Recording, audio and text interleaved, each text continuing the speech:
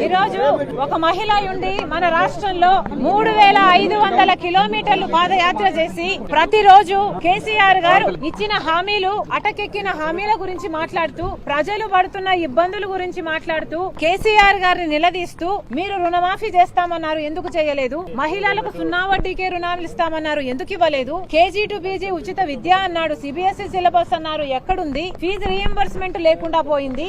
ఇంటికో ఉద్యోగం అన్నారు, లేకపోతే నిరుద్యోగ వృత్తి అన్నారు. నిరుద్యోగులను ఘోరంగా మోసం చేశారు. ఇలా 1 కాదు 2 కాదు, ఉచితంగానే ఎరువులు అన్నారు, మైనారిటీలకు 12% రిజర్వేషన్ అన్నారు. ఇలా 1 కాదు 2 కాదు, పోడు భూములకు పట్టాలన్నారు. ప్రతి వర్గాన్ని మోసం చేశారు కదా కేసీఆర్ సారు అని మేము ప్రతిరోజు లేవనెత్తాము. ప్రతిరోజు ఈ అంశాలను గురించి మాట్లాడాము. ఇది తప్ప? మేము ప్రజల పక్షాన నిలబడ్డాము. ఈ రోజు తప్ప?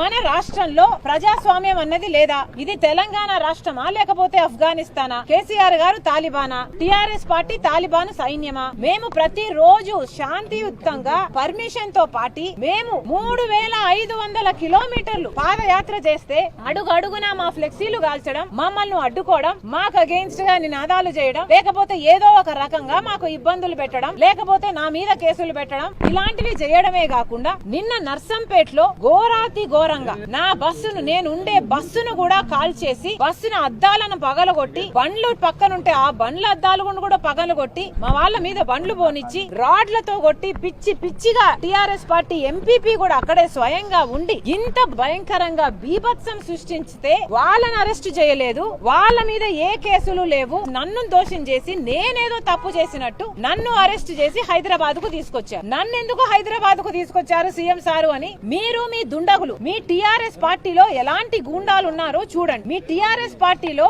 ఇప్పుడు ఉన్నది ఒకప్పుడు ఉన్నట్లు ఉద్యమకారులు కాదు, ఉద్యమకారులు అందరినీ పంపేశారు. ఇప్పుడు ఉన్నది స్వార్థపరులు, ఇప్పుడున్న నాయకులు, ఇప్పుడు ఉన్న కార్యకర్తలు మొత్తం అందరూ గూండాలి. మీ గూండాలు ఎంత బీభత్సం సృష్టించారో చూడండి అని ఈ రోజు మేము ఆ బస్సును, ఆ పగలగొట్టిన బండ్లను కేసీఆర్ దగ్గరికి తీసుకువెళ్లాలని అనుకున్నాం. కానీ ప్రగతి భవన్ దగ్గరికి వెళ్ళలేదు, ఆ దరితాపుల కూడా వెళ్ళలేదు. ఎక్కడో మధ్యలోనే మమ్మల్ని ఆపేసి పోలీసులు మమ్మల్ని అరెస్ట్ చేశారు. ఇక్కడ ఇంకొక విషయం కూడా చెప్పాలి, మేము ట్రాఫిక్ జామ్ కలిగించలేదు. విజువల్స్ చూస్తే ప్రతి ఒక్కరికి అర్థం అవుతుంది, బస్సు రోడ్ కి ఒక్క లేన్ లో మాత్రమే ఉంది. నేను డ్రైవ్ చేస్తున్న బండి ఆ బస్సుకు ముందు ఉంది, అంతే. మేమందరం ఒక లేన్ లోనే ఉన్నాం. పోలీసుల బండి వచ్చి మమ్మల్ని అడ్డుకోవాలని మొత్తం బండ్లన్నీ అడ్డం పెట్టేశారు. అన్ని లేన్లను బ్లాక్ చేస్తే ట్రాఫిక్ జామ్ అయింది. లా అండ్ ఆర్డర్ ప్రాబ్లం నర్సంపేటలోనైనా సృష్టించింది టిఆర్ఎస్ పార్టీయే. Law and order problem excuse చూపించి ఆ బహానా చెప్పి మళ్ళా నన్ను అరెస్ట్ చేసింది ఈ పార్టీయే. టిఆర్ఎస్ పార్టీ నాయకులు, పోలీసులు వాళ్ళ పల్లెలాగా వాడుకుంటూ అరెస్ట్ చేశారు.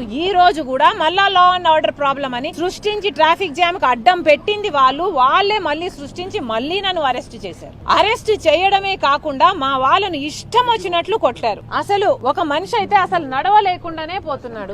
చూడండి చూడండి, బూట్ కాళ్ళతో కాలు మీద తంతే ఎన్ని ఏట్లేస్తే యాంకిల్ బెనికింది, తొడ మీద వాసింది. ఈ బట్టలు చూడండి, ఈ బట్టలు చూడండి, చింపినవి చూడండి. ఈయన వయసు 61 సంవత్సరాలు. పోలీసులకు ఇంగితం ఉందా? తీసుకెళ్లాక అరెస్ట్ చేశాక కొట్టాల్సిన అవసరం ఏముంది? కొట్టాల్సిన పని లేదు కదా, అరెస్ట్ చేశారు కదా.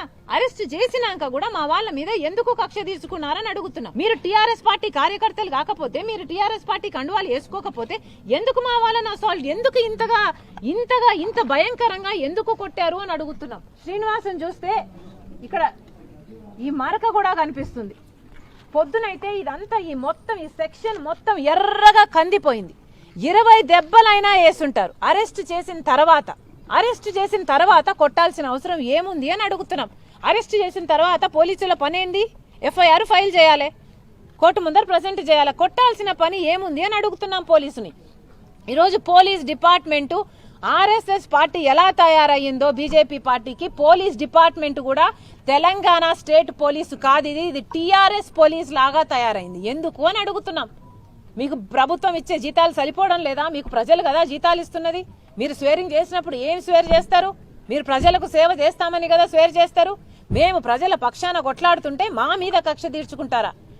బుద్ధుండాలి కదా ఎవరికైనా కూడా, పోలీసులకైనా, టీఆర్ఎస్ పార్టీకైనా, కేసీఆర్ గారికైనా ఏమి చేస్తున్నామో అన్న ఇంగితమన్నా ఉండాలి కదా. ఏం చేస్తున్నారు? ఈరోజు బంది పోట్ల రాష్ట్ర సమితిగా తయారైంది. ముమ్మాటికి ఇది బందిపోట్ల పార్టీ. ఏ మాత్రం సోయి లేకుండా ప్రజలకు ఎన్ని వాగ్దానాలు ఇచ్చాము, ఎన్ని వాగ్దానాలను నిలబెట్టుకున్నాము, ప్రజలు మమ్మల్ని చూస్తున్నారే అన్న ఇంగితం కూడా లేకుండా ఒక్క రోజైనా మీరు ఎలక్షన్లు లేనప్పుడు ఒక్క రోజైనా ప్రజల దగ్గరికి వెళ్లారా? ఒక్క రోజైనా ఒక్క పూటైనా ప్రజలతో మాట్లాడారా? రాజశేఖర్ రెడ్డి గారు ఉన్నప్పుడు ప్రజా దర్బార్ రోజో గంట సేపు ప్రజలు ఎవరైనా పోయి కలిసే అవకాశం ఉన్నింది కదా. మీకు ఆ దమ్ముందా? ప్రజా దర్బార్ మీ జీవితానికి ఒక్క రోజైనా చేసిండ్రా? అసలు సెక్రటేరియట్ పోయిన ముఖమేనా మీది? ఒక్క వాగ్దానాన్ని నిలబెట్టుకున్న జన్మేనా మీది? ఎందుకు మీకు జన్మ? ఎందుకు మీకు ఆ పదవి? కట్టుకోబోతారా? చచ్చిపోయినట్టు ఇవన్నీ తీసుకుపోతారా? కాళేశ్వరంలో 70,000 కోట్ల అవినీతి జరిగింది. ఎవరు పట్టించుకుంటున్నారు? మాట్లాడుతున్న ఏకైక పార్టీ మేము కదా. మమ్మల్ని బెదిరించినా, మమ్మల్ని భయపెట్టినా, మమ్మల్ని ప్రలోభాలకు గురి చేసినా, మమ్మల్ని అరెస్ట్ చేసినా, మమ్మల్ని కొట్టినా, మా వాళ్ళను కొట్టినా, మా సామాన్లను బండ్లను అన్ని నాశనం చేసినా కూడా ఈ రోజు ఎందుకు నిలబడుతున్నాము మేము ప్రజల పక్షాన? ఎందుకు మాట్లాడుతున్నాము మేము అవినీతి గురించి? మేము మాత్రమే ఎందుకు మాట్లాడుతున్నాము? కాంగ్రెస్ బీజేపీ పార్టీలు ఎందుకు మాట్లాడడం లేదు? బీజేపీ పార్టీ ఎప్పుడొచ్చినా చెప్తుంది కదా కాళేశ్వరం ప్రాజెక్టుని ఒక ఏటీఎం లాగా వాడుకుంటున్నారు కేసీఆర్ గారు అని. మరి ఎందుకు కేసులు వేయడం లేదు? ఎందుకు ఎంక్వైరీలు చేయడం లేదు? ఒక్క మేము తప్ప ఎవరైనా కూడా ఒక అవినీతి గురించి అయితేనేమి, ఒక వాగ్దానం ఎందుకు నిలబెట్టుకోవడం లేదని అయితేనేమి, లేకపోతే ఒక ఎమ్మెల్యే ఎన్ని వాగ్దానాలు ఇచ్చాడు, ఎంత అవినీతి చేస్తున్నాడు అని ప్రతి నియోజకవర్గంలో మాట్లాడడం అయితేనేమి, ఒక మేము తప్ప ఎవరైనా చేస్తున్నారా మన రాష్ట్రంలో? ప్రజలందరూ గమనించాలి. ఈ గూండాల రాజ్యం తెలంగాణకు తగదు. ఈ గూండాల రాజ్యం, ఈ దోపిడీ రాజ్యం తెలంగాణ ప్రజలకు తగదు. బంగారం లాంటి రాష్ట్రాన్ని కేసీఆర్ గారి చేతుల్లో పెడితే ఆగం చేశాడు. కుక్కలు చింపిన విస్తరగా తయారైంది. 4 లక్షల కోట్ల అప్పుల కుప్పగా చేశాడు కేసీఆర్ గారు. ప్రతి సంవత్సరం 17,000 కోట్లు వడ్డీయే కడుతున్నాం. ఎవరు పట్టించుకుంటున్నారు? ఎవరు మాట్లాడుతున్నారు? ఇక కాళేశ్వరంలో చేసిన లోన్లు కూడా యాడ్ అయితే 13,000 కోట్లు మళ్లీ యాడ్ అవుతుంది. దానికి ఎలా కట్టాలి? ఇంత డబ్బు ఎక్కడ తేవాలి? ఇంత అప్పులు వడ్డీలు కట్టాలంటే మళ్లీ అప్పులు తెచ్చి ఈ వడ్డీలు కట్టాలి. ఎవరు పట్టించుకుంటున్నారు మన రాష్ట్రం గురించి? ఒక్కరైనా ఆలోచిస్తున్నారా? మేము ఆలోచించి మేము ఇంతగా పోరాడుతుంటే, ఒక మహిళ ఉండి ఎండనక వాననక మేము పాదయాత్ర చేస్తుంటే, మేము నా బిడ్డలను, నా కుటుంబాన్ని, నా ఇంటిని పక్కన పెట్టి 3,500 కిలోమీటర్లు రోడ్ల మీదనే బతుకుతుంటే మా మీద దాడి చేస్తారా? మా బస్సులు కాలుస్తారా? మమ్మల్ని కొడతారా? మా వాళ్ళను కొడతారా? మనుషులేనా? మృగాలు కాదా మీరు? ఒక్కసారి అద్దంలో చూసుకోండి, మీకు మృగమే కనిపిస్తుంది. దోపిడి రాజ్యం, దొంగల రాజ్యం అయిపోయింది. టీఆర్ఎస్ పార్టీలో మళ్లీ చెప్తున్నాం, ఇప్పుడు నాయకులు కార్యకర్తలు లేరు, ఓన్లీ గూండాలే. గూండాల పార్టీ, బందిపోట్ల రాష్ట్ర సమితి టీఆర్ఎస్ పార్టీ.